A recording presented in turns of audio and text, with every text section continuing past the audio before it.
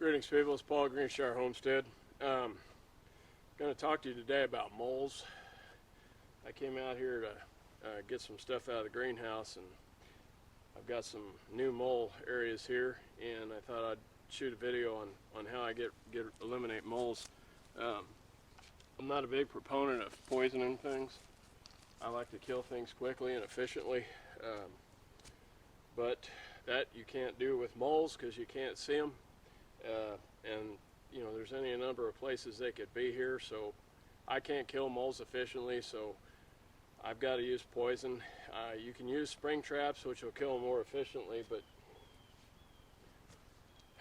you got to have a lot of spring traps to set in all the different little channels that they're traveling under the ground here, and then you got to dig up your ground a little bit to get the spring trap in there. With this poison, all I got to do is make a little hole, pour some in there, and cover that hole back up. So that's how I kill moles. I don't poison many things, but moles I do. What you need is your poison and a stick. Don't ever touch the poison with your fingers. Don't ever touch the hole with your fingers. You use a stick to burrow the hole, and then you pour the poison in, and then you cover the hole back up. If you touch the poison or you touch the stick, don't touch the end of the stick where you're shoving it down in there. Moles have an incredible sense of smell, and they will smell you on the poison, they will smell you on the stick, and they will smell you if you touch the end of the stick and get your scent on there and stick it down in the hole, they're going to smell you down in there. So don't touch the end of the stick that you burrow the hole with. That's very important. Moles eat 60 to 100 times, or not times, but 60 to 100% of their body weight in a 24-hour period. They're eating almost as much as 100% of their body weight in one day.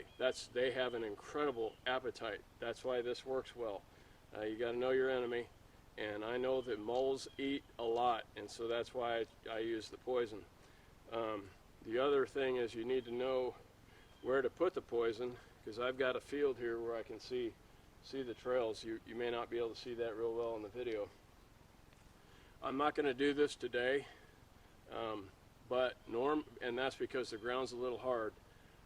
Normally what you do, like later on in the winter towards springtime when the ground is softer, go out there, you can see the trails, and walk on the trails and stomp them down, get them all flattened down, and then come back out the next day, and whichever trail the mole is using the most will be pushed back up. And that way you know, okay, this is the trail that he's using, this is his main run right here, and you want to put poison in a few areas of that run. He'll come across that poison, he's going to eat it, because that's what they do. Moles eat. They eat and breed, and that's about it. I used to have my compost right here on the edge of the timber, and that's why they're in this area. Compost brings in the grubs and the worms and the bugs and such that the moles eat. That's their favorite thing to eat, is the same stuff that your compost will attract. So I've moved my compost over there away from the timber, right on the edge of the garden. The moles will usually hang out along the edge of the timber or just into the timber, and then they'll come out of that area to feed. The timber gives them, shelter and comfort. So that's why, the compost pile now is about 40 yards, 30 or 40 yards from the timber. And I go over there every now and again and check. There's no trails around my compost, so they haven't found it. They're still working this area here, though, where the compost used to be. And I'm a little surprised to see what I'm finding here this morning, because here the last couple of years I thought I've eradicated them, but I've gotten a little lax this year apparently, because boy, they're back, and they breed like they eat.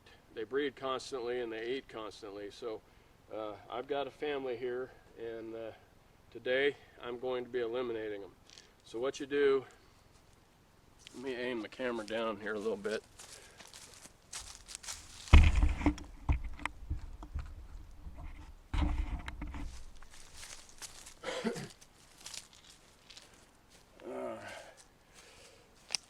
Here's a nice little pushed up area here. So you want to kind of get the little bit of the grass out of the way so the roots aren't there. get yourself a bare area of soil. Now you take your stick and you jam it down in there. So you'll feel when it hits the run. There's a little bit of resistance as you're going through the dirt. Then you hit the run, you'll feel that. Kind of wall it around just a little bit, create a nice hole. Take a little bit of poison. You don't need to put a lot in there. Just about, 8 to 10 pellets is fine. If you miss the hole with one, just knock it down in there. Now take that and just cover that spot back up with your stick. There we go. Try to find an area. If you have two trails, such as right here, I've got a trail running here, I've got a trail running here. So this is an intersection where two trails are meeting. So I can cover two trails with one spot here. So I'll go down, see there's a little bit of resistance, and you can feel when you get through the resistance, now you're down in the tunnel. So I know there's a tunnel there, and it's an open run, because I found, as I'm pushing through, I can, the stick just, it hits that open area. Now you've got an open run there. A little bit of it in there. Cover that hole back up.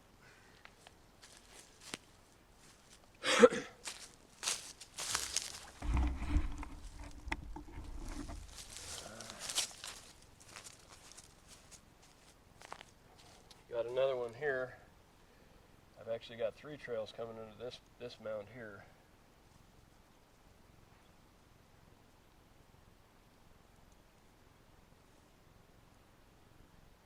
Little resistance. Oh, that's a deep one. Went down quite a ways before I hit the tunnel. That's good. If it's a deep run, it's probably one that he's using quite a little bit.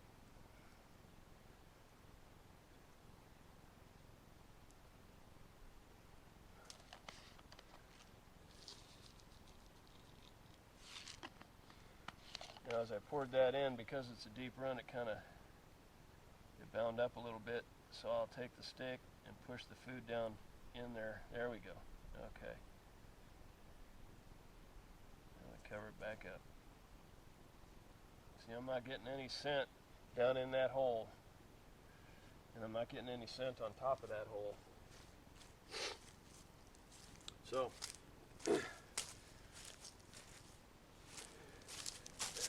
I would just continue on like that. Just continue on.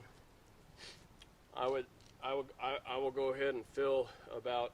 I'll probably waller out about 10 holes, and pour poison in about 10 of the holes, and then call it good. And then in a few days, I'm going to come out. It's going to be in the 40s tomorrow, so this ground's going to thaw out real nice. It's going to be in the 40s and sunny. So I'll come out tomorrow, and I'll walk all these down, and then come back out the next day and see if any of them have pushed back up. And if any of them have pushed back up, I'll go ahead and rebait those particular trails. But within the next 4 or 5 days, I will have eliminated the moles that are living in this area. However many, it may be just 1 or 2, and maybe a group, but I will have eliminated them by doing what I'm doing here. So before I started shooting the video, I walked this whole area, and this is the only area where I've got them. It's just a small area here. This maybe 12 by 12 area here. So I'll come back out tomorrow and take another look. I was going to show you, we've got this cloud cover. I wish I'd have shown you before I shot this. I did a solar panel video, and we had this cloud cover going on. The sun's coming out now, so it kind of ruined my plan, but I was going to show you how, even in the wintertime, this is still January, with the cloud cover, when I went and checked the meter here before I shot this video, the meter was spinning backwards, which meant we were generating power. It's only 9 o'clock in the morning, so the sun's not real high yet, and it was covered, it was clouds. In fact, I think it was still cloudy when I started shooting this video, but there was pretty heavy clouds, and yet that meter was still spinning backwards up there.